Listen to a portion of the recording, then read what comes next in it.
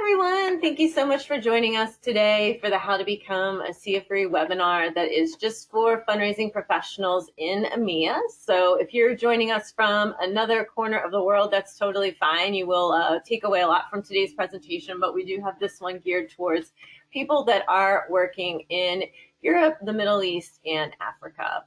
So I'm just going to give this slide a turn over here, and I'll introduce Caroline Hutt, who is a CFRE who is joining us from the UK, and she is with the Association of Fundraising Consultants.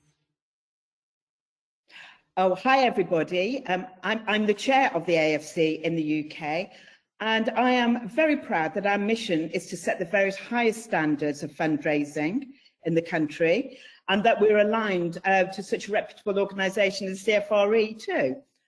We currently have 15 consultancies as members representing some of the most experienced and qualified companies and individuals in the UK that offer a wide range of specialisms across the fundraising spectrum.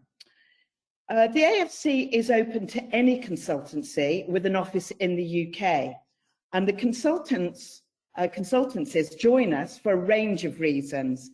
Some of those may include to get referrals from organisations who contact the AFC directly, to meet other consultants and share ideas, and to be part of a reputable organisation that really gives their own company credibility. And also opportunities such as the discounts our members get as we're aligned to the CFRE. Our ethos is based on collaboration and the sharing of ideas, has never been more relevant than it is right now during this pandemic. Throughout, we've hosted a series of themed, what we call tea and cake sessions online, which are free. Some of those have been only for our members, but others we've opened up to other consultants. And one of the most interesting sessions was the one we held in the autumn, where the theme was around fundraising qualifications. I was in the very first tranche of CFREs in the UK when I qualified in 2013. And so was very pleased that Ashley was one of the key presenters at that particular session. And we also have an annual conference which is open to all consultants or anybody in fundraising, which is again themed. And we're hoping to have that in the autumn. And again, we're going to have that in person. I'm quite sure, on a positive note, that we'll be able to have that in person. If you're interested in finding out more about us, our website is very easy. It's afc.org.uk. Thank you. Thank you so much, Caroline, and we want to thank the AFC for helping to promote today's event. Okay, great. So the application cost is $875 US at the regular rate, or if you are a member of a participating organization, so that would be like AFC. I'm going to get into more of what those participating organizations are in a minute, but those will give you the discounted rate of the $700 US. And I'm going to reference the candidate handbook, the test content outline, and the glossary today, and those items are all available on our website. Now, people often think, well, what is the CFRE? You know, I've heard of it. I feel like I just don't know that much about it. So it stands for Certified Fundraising Executive, and we've been around for exactly 40 years. This is our 40th anniversary this year.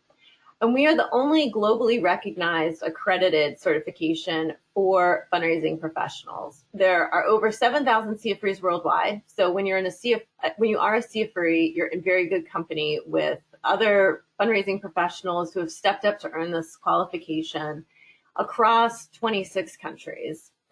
And to me, I always think that having your CFRE is really the proof in the pudding that you say that you know what you know, right? Because people always say in a job interview, like, I'm amazing, I'm great, I know all my stuff. But how do you really quantify that? How do you know that that is accurate, right? Because somebody once said to me, you know, maybe someone has 20 years of experience, or maybe they just have 1 year of experience 20 times over, right? So that's one benefit of being a CFRE, that you can give people that kind of peace of mind. So we did a survey a few years ago about why people decided to become CFREs. And the leading one was that people wanted to feel like they could demonstrate their fundraising knowledge, right? So if you ever challenge, people are like, do you really know that? Especially maybe if you're younger in your career or you're working someplace where you feel like people don't take you as seriously as they should. You know, that is something that people like to have the CFRE for. So they can point to those 4 letters after their name and say, you know, I have gone through this process and I have been awarded this CFRE. People also say they do it to improve their fundraising knowledge, and that has been very helpful for them, that as they've been studying along the way, that they are learning things that they can then transfer right over to their job. And also to make themselves a more valuable asset to the organization. The more you know, the more confident you feel in your job, the better you are able to work and contribute to your organization's mission. So some other reasons why people say they become a CFRE is heavily, people say, I just want to see if I could do it. It was a personal challenge. I wanted to see if I knew what I thought I knew and just prove this to myself. If you manage other fundraisers, you may want to do it to set an example for the team that you manage. There's a lot of evidence out there that especially people who are in Generation Z or millennials, that they want to work for people that they know are smarter than them so that they can absorb all of that knowledge. And that is a great way, you know, if you're interviewing junior staff, to point to this and say, I have been through this process for best practice, ethical fundraising, and that is how I manage this team. People also say they do it just simply because they're a lifelong learner and it was a natural fit for them. This reason I really love, which is to pinch hit, and I believe that we probably saw more of this in 2020 than any other year. I gave this presentation to some people in the US a few years ago, and this woman in the audience said, well, I am a major donor fundraiser and the CFRE is generalist, so I don't need to do it because all I need to know about is major donor fundraising. But we all know last year that there were a lot of fundraising teams that lost a lot of key people. If you were on one of those teams, and let's say your specialty was major donor fundraising, but you were a CFRE, you will then be able to have a more well-rounded body of knowledge that you can step in and say, you know, I do understand how to do the best practices for volunteer management or the best practices for, research, those kinds of things. So even if you feel like there are things that don't apply to you today in your role, that doesn't mean that you're not going to be called upon to have those skills and that knowledge in the future. So now I'd like to introduce James Dyer, who is our UK CFRE ambassador, and he is joining us today from Oxford. So James, I will turn it over to you. Thanks, Ashley. Hello, everybody. Nice to imagine you're there. I can't see you all, but welcome. So Ashley's just asked me to say a few words about my own CFRE journey and why I decided to get the certification. I picked it up about a year ago, in fact, just before the pandemic hit, and really it was something that I had in mind for a long time. I worked with consultants in in-house roles, and they had CFRE, and I sort of asked more about what it was, and it really interests me as what Ashley's already touched on. A way to demonstrate my sort of skills and experience in a sort of accreditation. So that was really the early stages, and then when I was between roles about a year ago, it seemed like a good opportunity. I sort of reached out to people who had received the accreditation, and yeah, it looked like a really great opportunity for personal growth.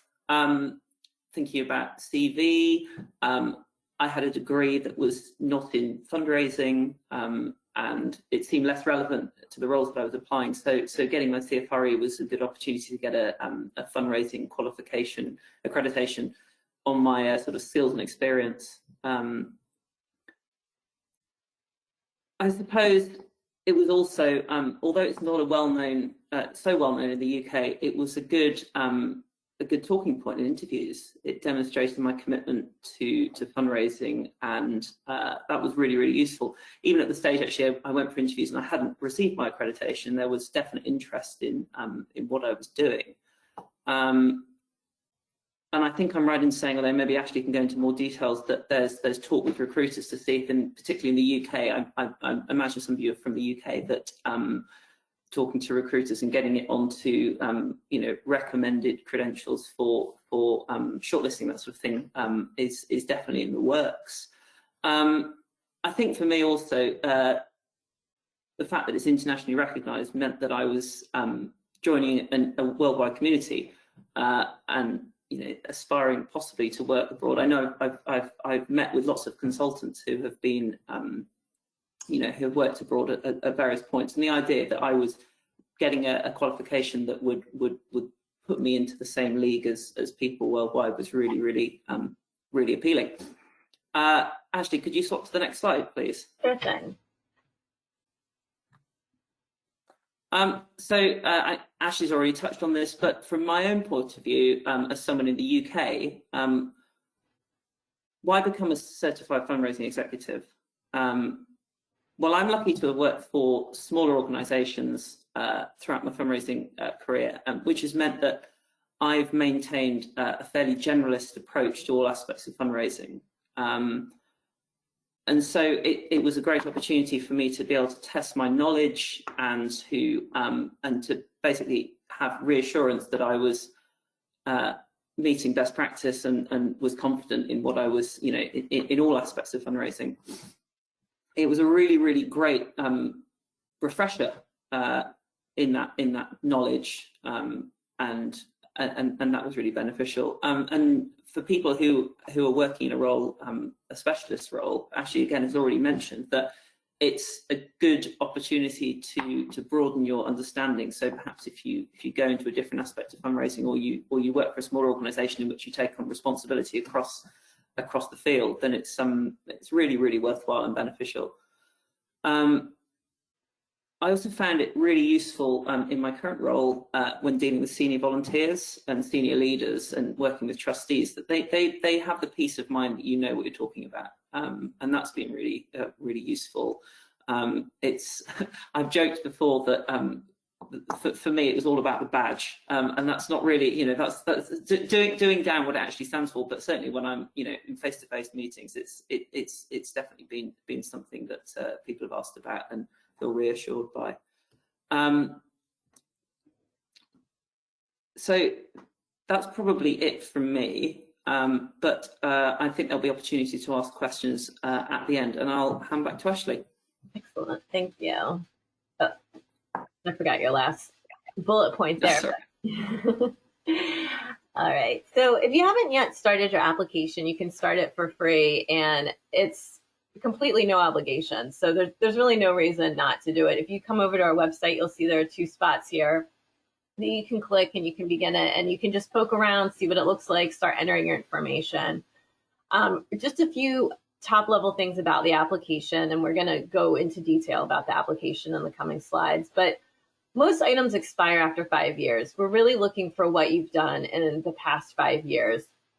And the reason for that is your recent body of knowledge, right? Especially in the education section, the raising of funds section, that you are current in your practice. And I always tell the story that I have a master's in advertising from 2005, and like, how woefully out of date is that, right? I mean, how much in the world has changed in the last 16 years?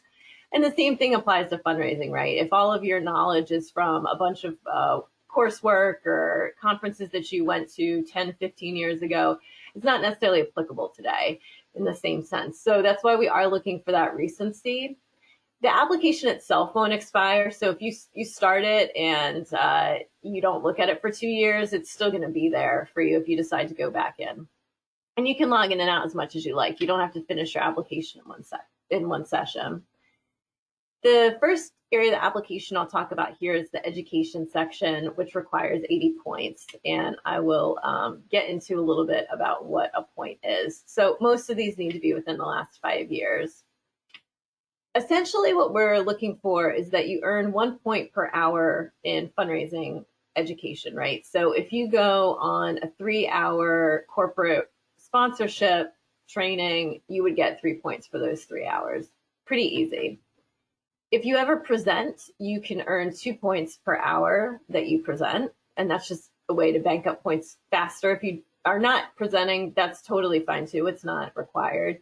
And the first time you present new material, we award 3 points per hour to take into account the time that you use to put that presentation together. We can take up to 36 points for presenting, and we can actually take up to 10 points for attending relevant non-fundraising education. So let's say that you go on a time management course, a leadership skills course, those kinds of things are going to count. I can tell you we get really wacky submissions over here. We've had people submit a chocolate making course. You know, we can't really draw a line between that and your ability to fundraise. We've also had someone submit for yoga for fundraisers. You know, it has fundraising in the title, but that's not really what we're going for here. So, you know, just keep it legit. I'm sure you're all smart and know, you know, what would qualify for that non-fundraising education. And then everything needs to be at least 45 minutes long to qualify.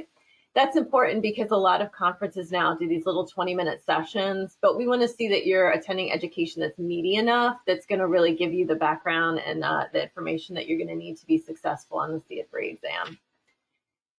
We also award points for service learning. This is our term for volunteering. So if you volunteer, fabulous, you can earn up to 10 points, and we award 1 point per year per organization you volunteer with. Super easy, right? There's no necessarily minimum or maximum. So if you volunteer, you know, 5 weekends a year doing a beach cleanup, that is going to count as the same as if, let's say, you're on the board at your child's school and you meet, you know, once a month, right? There's not necessarily a minimum or maximum time commitment there. If you are on a board or committee for a nonprofit, you can earn 2 points per year per org. And this all counts for faith-based volunteering. You know, if you do something with your local church, whatever, all of that is good stuff and will count. Another way that people earn points is through academic degrees. And you do not have to have an academic degree to become a CFRE. But if you do, we award 10 points per bachelor's, master's, and doctoral degrees. And that can be any year, any major. So my master's in advertising from 2005, I would get 10 points for that. And then I have an English bachelor's. I actually did my last year of that at Brunel in the UK. So I have 10 points for my bachelor's, right? So now I've got 20 points just from academic degrees. So people kind of find that they bank up stuff faster. If you go to tech or like a community college kind of situation, we can award 5 points for those degrees, and they can be combined in any way. So if you've got, you know, 3 bachelors and a master's, that's totally fine. And I would be very impressed. And we can take up to 40 points from degrees. So if you have 6 PhDs, you know, we do have to have a cutoff there that you can only earn up to 40 points from those degrees. All right. At this stage, sometimes people have questions about, well, what kind of education counts? There's so much education out there today. All of the things that you see on your screen here are what count. So this is really the bulk of what people tend to go on for their education. I do want to point out the 4th bullet point, which is the audio or video recordings of conferences. If you register for a conference and you attend the sessions on the day, and then they give you access to recordings afterwards, and you watch or listen to a bunch of the sessions after that event, you can get points for that too. So off of one conference registration, you may be able to bank up quite a few points. There are a few things that do not qualify. One of those is presentations you make for work, right? So we said you get 2 points per hour of presenting fundraising material. But if you just make a presentation to your board about how to make donor thank you calls, that's not going to count because that's you doing your job. Presenting non-fundraising material. So again, you know, someone asked me, could they get points for being a swim coach? You know, that's not going to qualify. We can't take any points for any non-fundraising instruction that you're doing. Networking events, they don't count.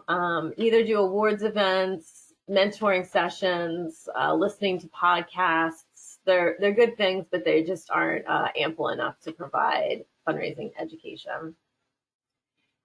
The biggest error that we see on CFRE applications is that people have not accurately input the time that they attended education. People look at a conference program and they say, oh, look, it goes from 9 a.m. to 4 p.m. I have 7 hours of instruction. That's 7 points. But we have to subtract out all the time that you weren't actually in fundraising instruction, right? So we can't give you points for the time that you're having drinks with exhibitors or lunch, or if you had to step out for a full session to handle a crisis at work, right? We can only award points for the session time that you are actually learning. So now we've come to our first question break, and I just wanted to see if anyone's got any questions here. All right, it looks like we have one that has come in. If I attended a conference in 2015, can I earn points for that? And the answer is no, because we're only going back 5 years on education, except for your academic degrees. So unfortunately, something from 2015 would be beyond that scope. Well, now I'll talk about the next piece of the application, which is professional practice. And this essentially is you working. You need to have 36 points in the last 5 years. So 1 point equals 1 month that you've been working. Really easy calculation, right? 3 years out of the last 5 years. And if you're a consultant, we start counting from the date of your first client. So let's say in January this year, you decided, you know what, I'm going to become a consultant. I'm going to strike out on my own. But you don't secure your first client until March. Then you would count from March, not from the date that you decided to become a consultant.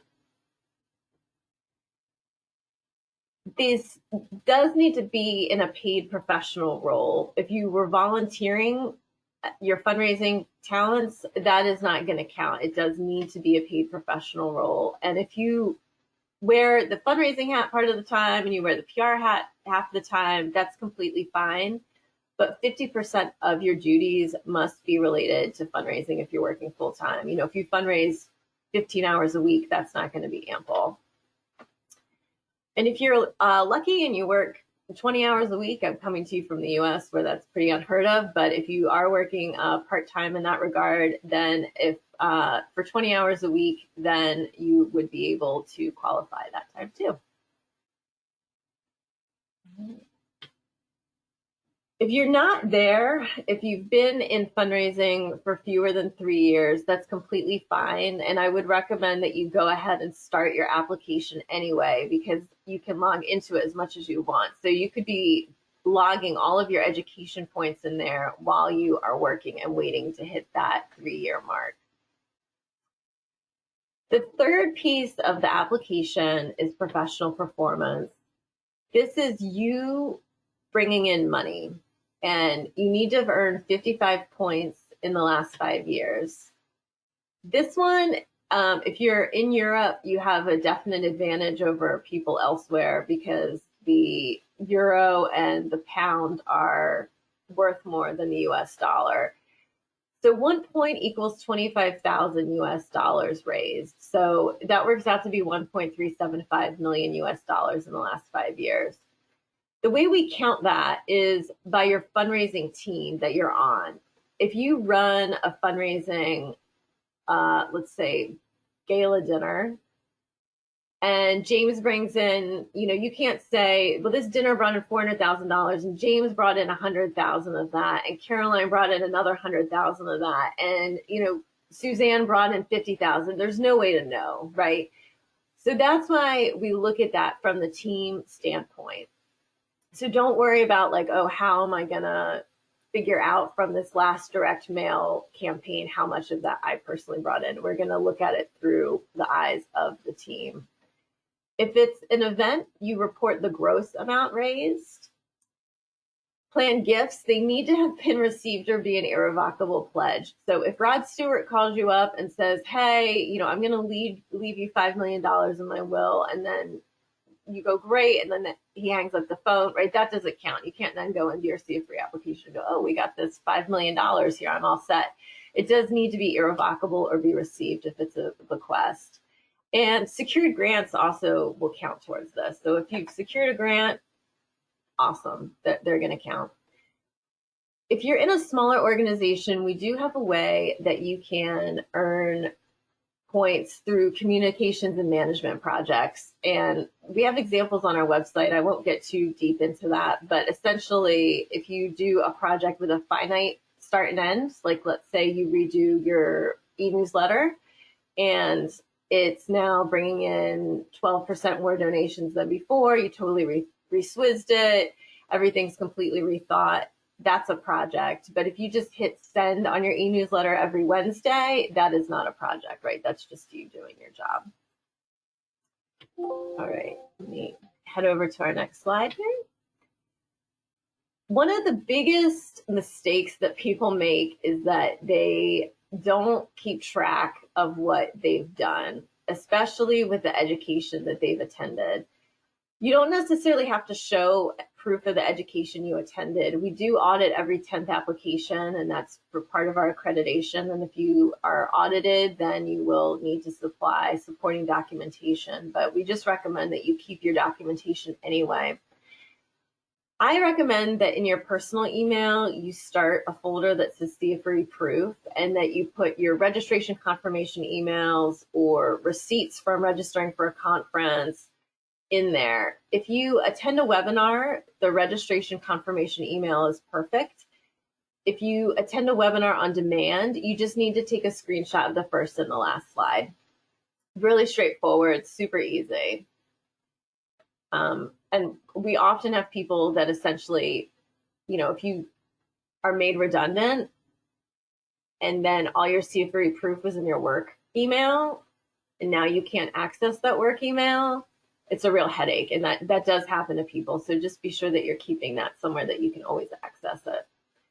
We went over the initial certification costs in the FAQs, but just again, it is $700 US if you're the member of a participating organization and $875 at the regular rate. You only pay when you're ready to submit the application. So you can start it now, have a look around, and not pay anything until you are ready to submit it. We have 3 major participating organizations that we work with in the EMEA region. So the Association of Fundraising Consultants, as Caroline mentioned, the Kenyan Association for Fundraising Professionals, and the European Fundraising Association. And this one is really important, IFA, because they're kind of an association that other fundraising associations belong to. So you can see on your screen here that there are 19 organizations that belong to IFA. So, Association Française de Fundraisers, you got Poland, Norway, wherever you are, if you belong to one of these within Europe and they're a member of IFA, you will be able to get that discount. So it's quite a wide net of countries across Europe. That initial application fee includes us reviewing your application, and if we have a question or there's an issue and you need to resubmit it, there's no cost to resubmit. We give you a digital badge, which you can use to tell the world that you're a CFRE. It's pretty cool. It also includes all testing fees. So when it comes time to take your CFRE exam, you're not going to have to pay anything at all additional to that, right? It's all covered in that application cost. And it also includes the printing and mailing of your certificate. So it's one very all-inclusive fee. This here is an example of what a digital badge looks like. And you can see that I've scrubbed the person's identifying information, but in that red box down there, they have 147 likes and 32 comments. These are a really, really effective way to tell your network on LinkedIn that you are now a CFRE. So people will certainly know once you post that badge. I'll now get into the exam, which a lot of people have trepidation about, and I hope that you don't. When I give this presentation in person, I ask people to raise their hand if they feel scared about the exam, and if that's you can raise it in the privacy of your home. We have 4 testing windows throughout the year when we offer the exam, and you can see them on your screen here. Essentially, what this means is we offer the exam during these times. and the first day of each testing window is a deadline. So that means if you want to sit for the exam in the April 15th to June 15th window, you need to have your application in by April 15th. It's really straightforward. It's not hard to understand. You do need to commit to your test window when you fill your application out. So just have that in mind when you submit your application. There's a $35 US fee to change windows, but if you need to change for a COVID-related reason, there is no fee for that. We will waive that fee. But keep in mind that once your application is approved, you have 1 year to sit for the exam. So that's really awesome. So if you submit it now, you would be able to take it in the April 15th test window. But if you say, you know what, I don't even want to take this until February of 2022, that's totally fine too. You have that flexibility to make that decision. Studying is something probably a lot of us haven't done for a little while. And we did a survey of CFREs, so people who successfully passed the exam, and asked them how long they studied. We found that people with 5 years or more of fundraising experience studied about 40 hours, and people with fewer than 5 years studied about 80 hours. So you can do whatever you feel comfortable with, but those are some good guidelines. We have a resource reading list, and there are 14 books on it. We only expect people to read 1 to 3. You just read whatever covers the gaps in fundraising knowledge that you have, and I'll talk about that in a minute. But if you're like me and you're very frugal, there are a lot of ways to get a hold of these materials. You can rent, maybe borrow them from a CFRE. Some of them are audiobooks, which can be cheaper than buying the physical book. So there are a lot of options out there. The exam covers 6 knowledge domains that you'll see on your screen here. So I would definitely bring your focus to the screen, because it is probably the most important slide of our presentation today. This is what the exam covers. We are very, very transparent about that. You can see here precisely the number of questions that are asked in each domain and what percentage of the exam they comprise. The securing the gift and relationship building together are 49% of the exam. And I always emphasize that no matter how comfortable you are, whether you have 20 years of fundraising experience, that you will want to be sure that you devote study time to those areas. And obviously, just saying current and prospective donor research, right? That's a really broad umbrella. We have the test content outline that breaks down the knowledge domains into the nitty-gritty with all of these bullet points. This is available on our website, and I'll also include it in the follow-up email that I'll send to you with a link to some other materials within 24 hours.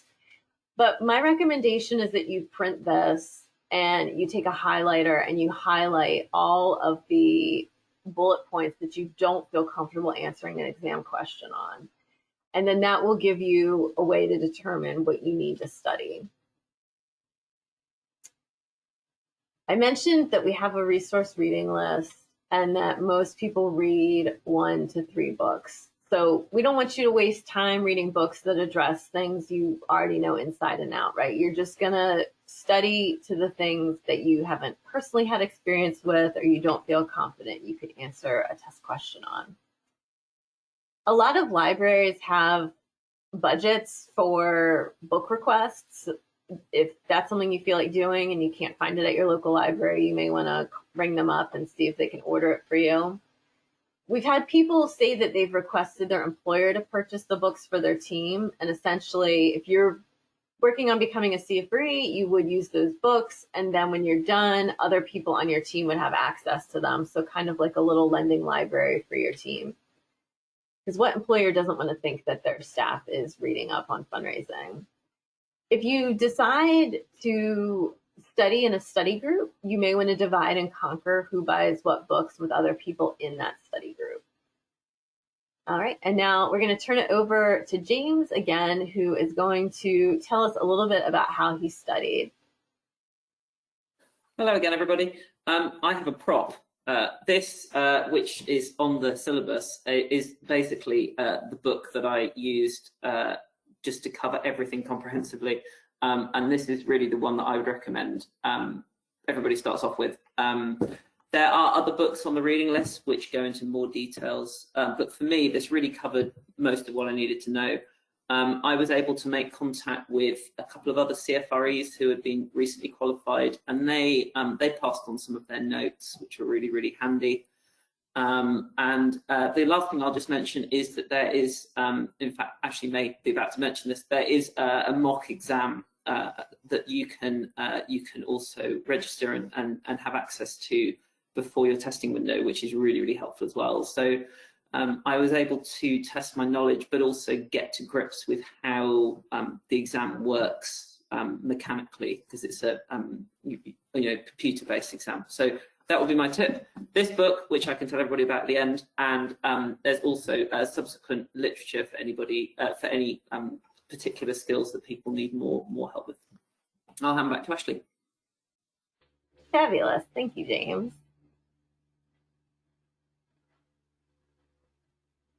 It's very common that people have questions about, well, what is this exam like? I feel really nervous about it. I haven't taken an exam in a long time. And I think one of the areas that people kind of psych themselves out about is over the exam. So I want to just make you feel confident, make sure you have the information that you feel like you need. So definitely ask questions in the question pane if there's anything here that I haven't covered for you.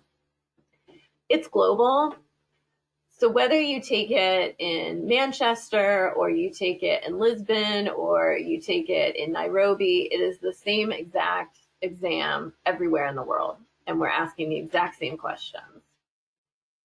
It is computer-based, like James said, and there's no country-specific questions. I think because our office is based in the US, people get this idea like, oh, this is a really US-based exam, and it is not at all, at all. I can guarantee you that our exam committee is made up of people from all over the world, so it doesn't skew towards any one country or another. It is written at the 5-year practice level, and that's why we recommend that if you have under 5 years experience, that you plan to study for 80 hours at a minimum. There are 200 multiple choice questions. There's nothing open-ended. There's no essays to write. Because it's a multiple choice, that means that the correct answer is staring back at you, right? You will need to use your thought process to eliminate down to the one best answer. Sometimes people say, you know, oh, 2 answers look right, and they get kind of caught between that. But we're looking for that absolute best practice answer. So keep that in mind as you take the exam. There are 4 options per question, so it's very manageable from that standpoint. You will have 4 hours to sit for the exam, and we get all of this testing data back from our test partner, which is a company called Pearson VUE. Last year, the average time it took people to move through this exam was 2 hours and 45 minutes. We are incredibly generous with the time that you have to sit for this exam. You will likely have time left over if you want to check your work, but this isn't the kind of exam where you're going to be halfway through it with 10 minutes left on the clock. We give you a very, very fair amount of time to complete this. Every question ties back to one of the points on the test content outline that I mentioned. So there's not going to be anything that should shock you or that you would say, geez, I had no idea this was going to be covered. You can move backwards and forwards inside the exam, which is great because if you get really hung up, let's say on question 61, but then question 99 jogs your memory about it, you can just head on back to question 61. And the score range is 200 to 800, with 500 as the passing score.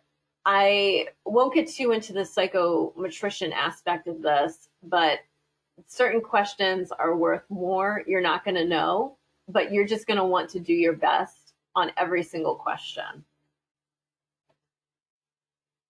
There's no necessarily penalty for a wrong answer, right? So that's why you just want to make sure that you answer everything. We have more information about how the exam is scored on our website. So if that's of interest to you, you can head over there and there'll be some more detailed information. All right, so We're going to look now at the breakdown of a question. This is a sample question, and it is not on the live exam, but this will give you a flavor for how these questions are structured. So what considerations must be made when accepting a non-cash gift, such as securities, property, etc.? 1, the likelihood of the property being sold for cash.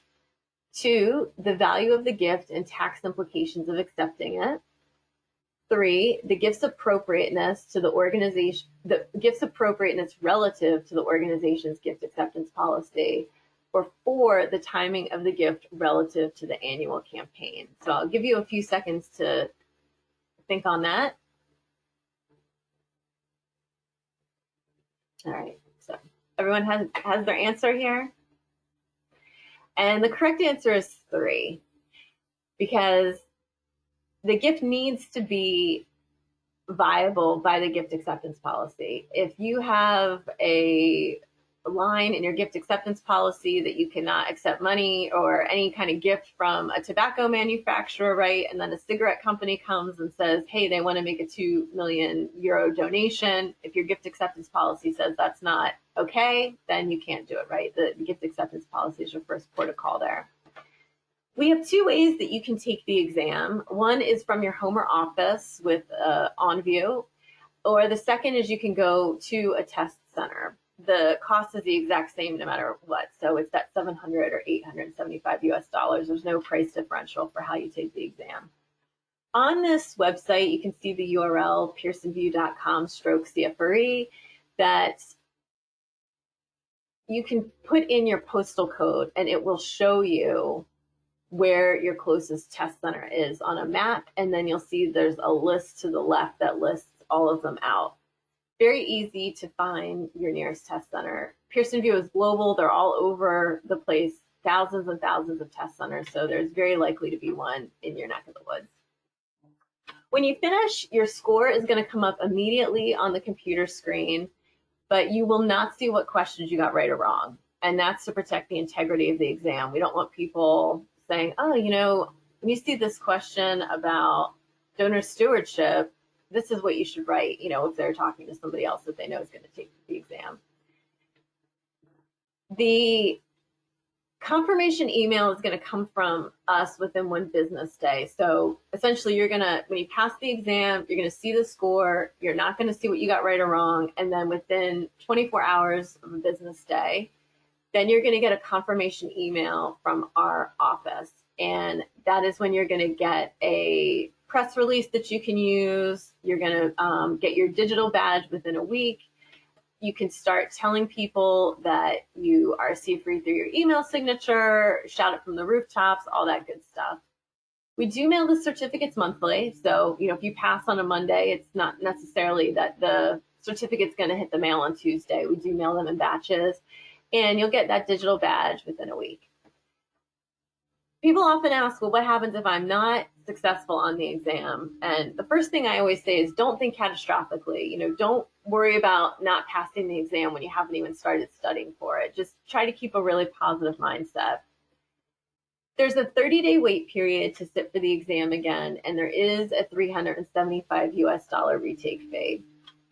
There's a maximum of 3 attempts on your application, and just study thoroughly the first time. We have an 80% pass rate, which stacking that against other professional certifications is very fair. There are a number of professional certifications that have a 60 to 70% pass rate. So for this, this isn't something where it's full of trick questions and we're trying to trip you up. But definitely devote the appropriate amount of study time up front. Recertification is what you do every 3 years, and this is what keeps your CFRE current.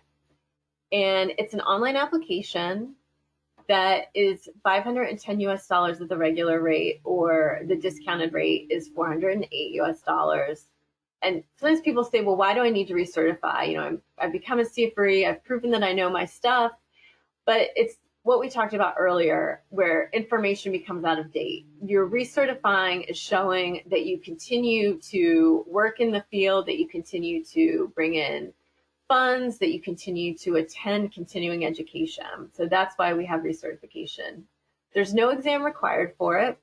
And you can see here the points requirements. It's all very manageable, right? So 45 points in continuing education, you would just need to do 15 hours on average every year for those 3 years of education.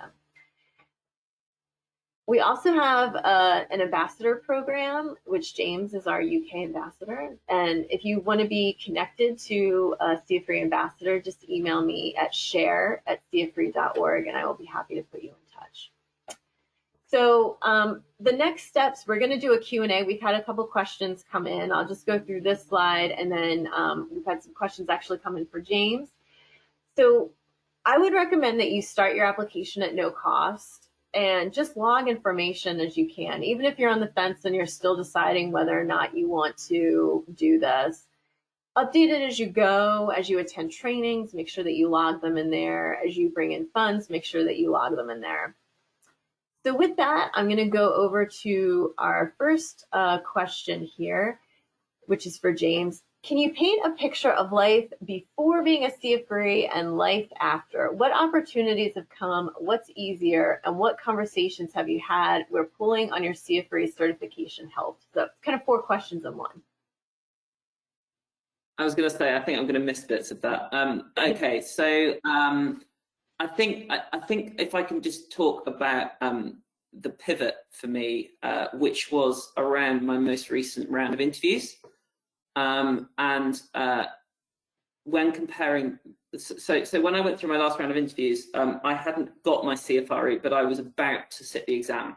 So in applying for 3 different jobs, I talked about CFRE quite a lot, and the engagement and the interest that came back at me from the panel was really positive feedback. And it really sort of reassured me that it was, well, not reassured me, but it really kind of, reaffirmed to me that it was, that it was a good thing to do. And sort of, I suppose, so going back before then, I think it's just helped on my career path. I think it's helped. I think it's helped me to feel like I can really step up to more senior positions and have the confidence to apply to them. And I feel like my CV is strong in both my experience and my education.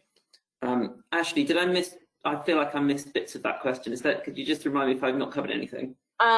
Did you say anything that's been easier now that you're a CFRE, aside from on the job hunt? Yeah, I probably alluded to this a little bit when I spoke earlier, but just I suppose the confidence I've got to speak to both senior leadership and senior volunteers with real authority and knowledge that everything I'm saying is based in best practice, and that I've got, I've got backup that what I'm saying is the right thing, and that confidence in my own ability has been really good. Not that I didn't have it before, but it was like an extra layer on top. Hopefully that answers the question. Mm-hmm. That is a great question. And actually, Caroline, would you want to weigh in on that at all as well, since you've held your CFRE for a number of years, about what you think it's made easier, or if you can paint a picture of something from before and after having your CFRE as a consultant? Oh, Caroline, I think we don't have your audio. Yeah. Oh, Caroline, we can't hear you. I know, I realised. Yes, I mean, I took mine a long time ago now. It's coming up for, I think, 17 or 18 years since I took the exam. But I think what's helped me with the CFRE is every 3 years you have to recertify. So that means you have to keep that information and that education up. So with other qualifications, you don't need to do that. But what's really kept me on my toes is that. And working with clients, I run a fundraising consultancy. So that CFRE qualification, when I'm going in to see clients, I think it does make a difference. They may not have heard of it initially, but I always notice that they write it down. So for me, getting those new clients in, it just gives me the edge, our company the edge. The other thing is, it does encourage you to go and do all that training, the education. And that has to be good, because clients now are changing their minds not changing their minds. But as we go forward with technology, the world's changing so quickly that I find that CFRE does help keep me and my team on their toes. Does that answer the question? Yeah, beautifully, beautifully. And then we have another question. James, I can't remember if you spoke to this. How many hours did you study for the exam? It's difficult. I would say it's difficult for me to remember how many hours, because I obviously did it over a number of months. But I think it probably would have fitted in between that 40 and 80 hours that you said. I feel like it was a substantial amount of time, but not overly so. I studied within about probably about a 2 to 3 month period. And for me, I'm the deadline, the testing window was a brilliant way to actually focus me to actually prioritize studying for the CFRE. I always find a goal, a time limit is very helpful. But to go back to this book, it was just a matter of going through each section and reading it and making notes. And actually, it was quite a cathartic process at the end of work to just do a couple of chapters. And you know, at the end, I had a big bunch of notes that I could just refresh. And it was actually quite a relaxing process in a weird sort of way. Oh, good. And how about you, Caroline? Do you recall about how long you studied? Oh, I think you're on mute again. Yeah, I think I studied a lot, you know, because I hadn't studied for years when I took it. And being in that first tranche, I think it's changed a little bit since I took it. But we formed a study group because there was a group of us from the company who was taking it. And we formed a study group. But I studied pretty hard for it. I remember that because I didn't want to fail. But looking back, I think you've got about the hours just about right, actually. Perfect. We've also had a question come in. If I attended an Institute of Fundraising conference, can I earn points towards the CFRE education requirement? And that's absolutely true. Yep. If you go on conferences for IOF, IDPE, if you ever do anything with the Resource Alliance, you know, they've had a number of webinars, you know, all of those things that are fundraising related education, that is going to count. And like I said, we're going back 5 years. So if you can't remember what you've attended in the past, I recommend that you look at your calendar. Sometimes people look at their expense reports, their credit card transaction history, and then that jogs their memory. Okay, yep, I went on this, and then they can put it in their application. Sometimes people freak out because they say, okay, I went to this conference in 2018 and I have no idea where my program is. I have no idea how many hours of instruction there were. Email the conference organizer. They're going to have this. They're going to have PDFs of it. They are not going to find this to be a weird request. I mean, people need this information with some regularity. So don't hesitate to reach out because you want to get as many points as you can, especially for things that you've already paid to attend. All right, well, it looks like we have addressed all of the questions that have come in. So I just want to thank everyone so much for being on the line with us today. A huge thank you to both James and Caroline for sharing their viewpoint and for being CFREs. So if you have any other questions that come to mind afterwards, feel free to email us at succeed@cfre.org, and we'll be more than happy to assist you. So have a wonderful rest of your week, and you'll receive an email within 24 hours with a link to this recording. Take care. Bye.